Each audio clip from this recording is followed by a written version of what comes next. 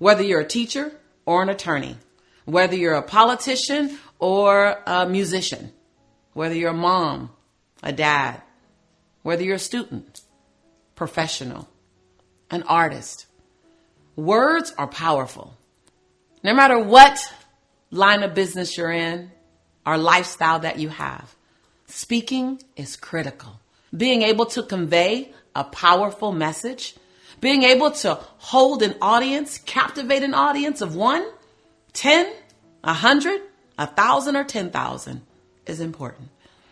You know, over the course of the last 20, 25 years, I've been blown away constantly at the response to my speaking. And it was only in maybe the last 5, 7 years that I began to really look at the science of what I and other speakers who were considered to be powerful, prolific, unforgettable speakers were doing. I dare put myself in that category, but many have told me that. And there's a science of powerful speaking. So get your pen and paper or pull out your notes inside your phone, your smartphone, and let me give you some quick techniques on how you can really move yourself to being one of the most powerful speakers in your circle. Number 1, you want to show an experience versus tell an experience. Now, let me tell you what that means. You want to write this down. You want to tell your audience of 1 or 100 or 10. You want to tell them what you were thinking, what was going on in your head, and how were you feeling? Now, I started with probably one of the most vulnerable techniques in speaking. Therefore, people will do it the least. So if you do it, it automatically raises your USP, your unique serving proposition, meaning it makes you stand out from the rest. You want to be remembered the way other people are not. Do what other people are not doing. And that's in our first technique. Show the story, show the experience versus tell me about the experience. And how you do that is you tell me what you were thinking, what was going on in your head. As I sat inside the waiting room, my head was racing right there. Tell me what it was racing and saying. What will they say? What will they do? Will they accept me? Am I going to get this? Am I going to get proven? Am I going to get accepted for this? If I don't, what will happen? All of a sudden, you took me in your head, the gift of knowing what you were thinking, because many of us think the same thing. We just don't talk about it.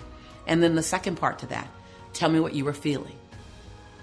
I felt my heartbeat going really fast. Oh my God, I think I'm actually nervous. I think I'm actually scared. I haven't been scared in a long time. That made me realize how much I really wanted this job. I really wanted this acceptance, whatever that thing is you're talking about. You see how I took you in my head and in my heart. In this day of social media, snail mail, Twitter mail, text mail, LinkedIn mail, Facebook mail, Twitter mail, all these forms of internet connection, what we miss most is true connection. So when you decide to show a story versus tell a story, you actually are creating this bond between you and the listener because you gave them the gift of what you were thinking because they were thinking something similar at some point in their lives, and the gift of what you were feeling because they were feeling something similar at some point in their lives. So that's technique number 1.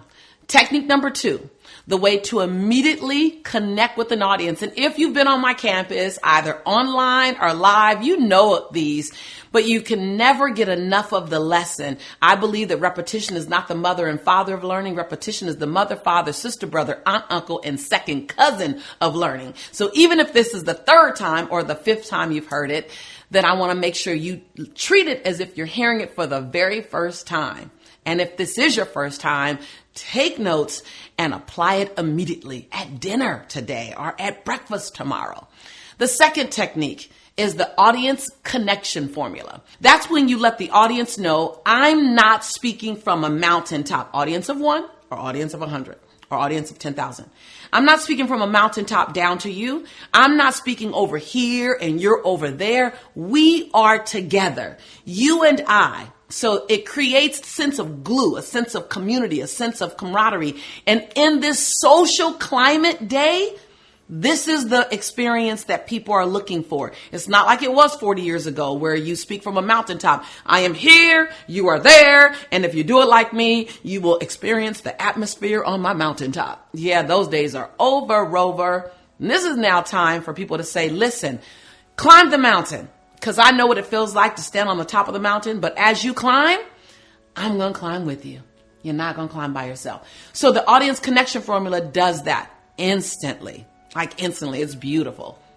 So me, we, you, right? AKA. And that gives away kind of what the technique is. So first you put your own skin in. If you want me to put skin in as an audience, you want me to give you my heart, lend you my ear, then you give me something first. Think of it that way whenever you're speaking. You give it up first. You show me yours, I show you mine, right? And then the second part is we're in this together. And then the last part is where you show up as a teacher. Have you ever? So you do want to make sure that you have a distinction, that you're the educator, you're the speaker, but you want to do it after you've created community. So how that looks is, there was a time in my life when I often questioned if I was good enough to be a speaker, if I was good enough, smart enough to be a CEO. Can I run a company?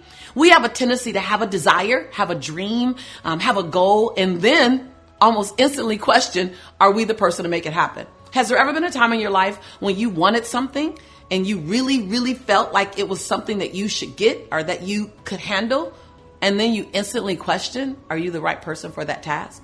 Did you see it? I just did it to you. Me, we, you. First part is, there was a time when I, write that down. Second part is, we have a tendency to, write that down. And then the third part is, have you ever? So just do that. You can do variations later when you become more savvy at it. But right now, the intro level is, there was a time when you choose the experience. We have a tendency to, you choose the common ground experience. Have you ever? You choose the question. All related to the same topic. Me, we, you. Audience connection formula. Use those two techniques and literally you will see your speaking go up immediately. You got to practice them so they begin to feel natural. But once they do, you'll see your audience will do only one thing, want more of you. Now remember, this show is not just a monologue. No. I am not performing for you. This show, this community is a dialogue community. I would love to hear from you. I would love to know what's on your heart. I would love to know one of the biggest ahas you had just from this episode. What did you hear about those two techniques? And you're like, oh, okay. Or have you been unconsciously doing them? Unconscious competence is beautiful. I've had it for a long time. And then I turned my unconscious competence into conscious competence. Is that the case here? Make sure that you leave a comment below. And be sure to subscribe. Listen, I don't want a quickie. This is not about you just come and go. This is about us staying together, walk the journey. And if it feels good to you, then it feels good to us for you to be here. So we want to walk that journey with you of growth and transformation and exploration and expansion and seeing you win. Look out for more amazing content in the future because we're all a part of the same tribe giving great contribution. After all, this is your home and we are your tribe. And I am your sister in possibility and in prosperity. And when I say I believe in you and I love you, it's because I do. I'll see you soon.